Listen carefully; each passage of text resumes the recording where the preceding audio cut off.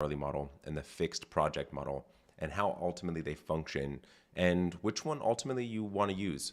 So the vast majority of agencies operate on an hourly model because it's the only thing that makes sense to start off with. That's a great place ultimately for a lot of agencies to start. The real kind of issue around this model is that you are essentially trading time for money, and it's really hard. Costs become difficult to manage, and then how much do you charge, and how much do you charge by the person? Is it a blended rate?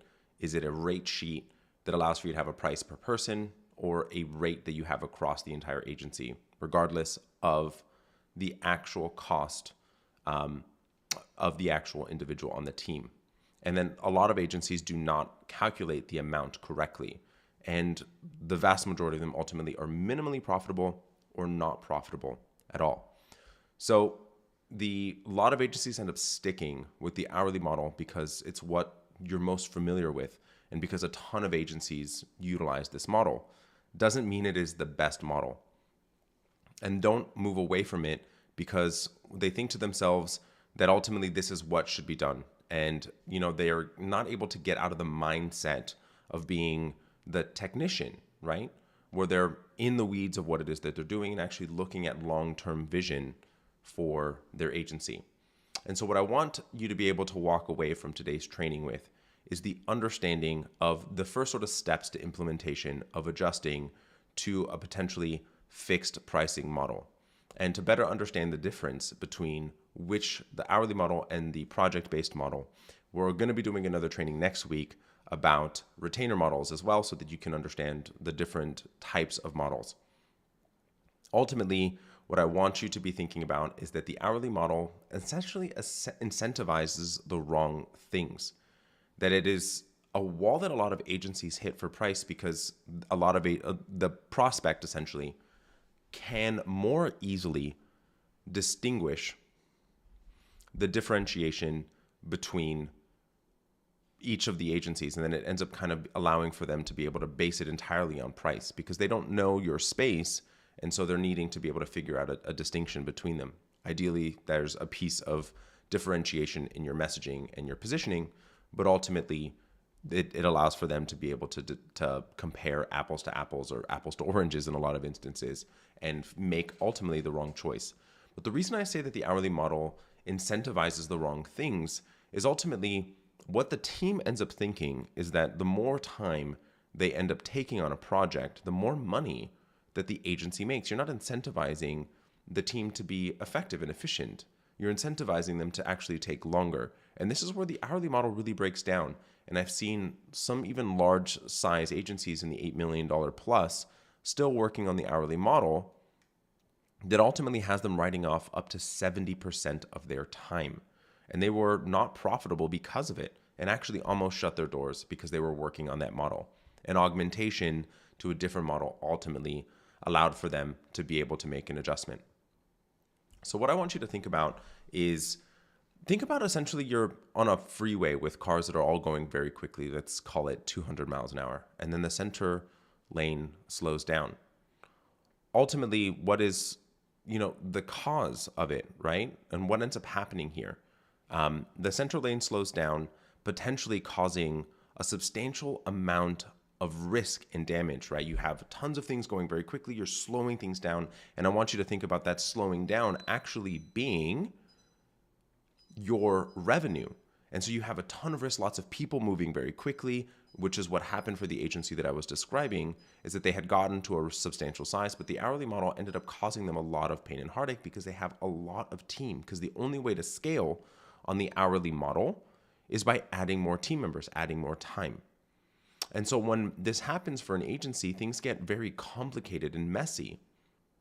In order to speed things up quickly, you end up selling things at discounted rates. You kind of end up creating this logjam, and it ends up potentially causing devastating accidents or devastating outcomes for the agency. So what I want you to think about here, and I'm going to share my iPad with you here quickly, and I want you to look at the two different models that we're talking about today. You have the hourly model and you have the fixed project-based. So ultimately, what's going on for a lot of the hourly model is that it is commoditized. You've got services like Upwork, like Fiverr, that ultimately you end up competing against. It is a very simple version. It's fairly easy, as I mentioned, to compare one agency and one cost to another. And ultimately, think it is sort of flexible. As I mentioned, for a lot of you that are on the smaller size, this is a great place to start, but not where you want to be long term. For the fixed project-based, the vast majority of them are based on value. And it should be based on value, not based on what another agency is charging, but based on value. And should be based on the output of what you are able to accomplish for that client. And so you're thinking about it, ultimately, what is the length of the project, the percentage of a person. So the core piece to the pricing here, and what I always suggest is ultimately when it comes to projects and where a lot of agencies go wrong on the fixed project billing is they're trying to assume the hours. They don't have a base information for how many hours it's actually going to take. So what my suggestion to do when you're looking at the fixed project model is that you think of it as a percentage of a person. This person could manage 4 projects of this size at any given moment. So they're 25% of time. That way you're including the cost of the underutilized time, the administrative time that goes into projects, all of that, internal team meetings, you're accounting for that time in your cost. So you're going to assume 25% of the fully burdened rate of that employee. So you have salary plus cost of taxes, workers' comp, and the cost of health insurance for those of you in the United States. So making sure that you assume those. So let's say that for just easy numbers' sake, the fully burdened rate of someone making $100,000 a year in the US, you assume 13% added. So $113,000 should be the rough amount, essentially, of the fully burdened rate. And you assume that on a weekly basis, divide that by 48. And let me quickly grab a calculator here to do that for you. 113,000 divided by 48 will give you $2,354 per week. And let's assume, so let me go ahead and do this on an iPad here so that you can see the math. So 100K plus 13K for the cost of taxes, etc., equals 113K divided by 48 weeks a year equals 2,354. And let's say that the project is going to be 6 weeks and that this person can manage 4 projects at the same time. So otherwise 25% of time. So you're going to assume 0.25 or $588 of cost per week times the 6 weeks equals 3,531. And this is for this particular individual. You then, in order to actually want to be ultimately profitable, you want to divide that by 0.6 to have it be 40% of your rate to actually be. So the actual cost that you want to be at for this particular project on this particular individual.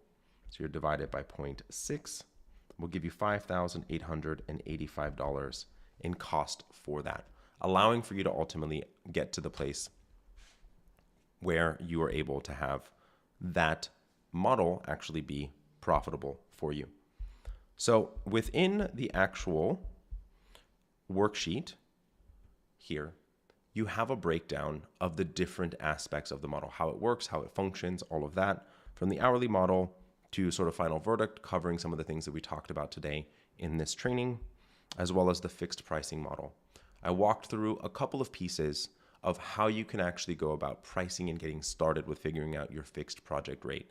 Your actions now would be looking at your individual team members, building out a framework, and within the program we provide templates and all of those types of things that allow for you to be able to input these items directly into a template that spits out what the price would need to be at a bare minimum, and then you assume and figure out the value component as well and how we need to position for that particular price point, allowing for you to be profitable with every single dollar earned. And that is the goal for me with every single client. Is profitability is key. And I believe that you should be profitable from every single dollar earned.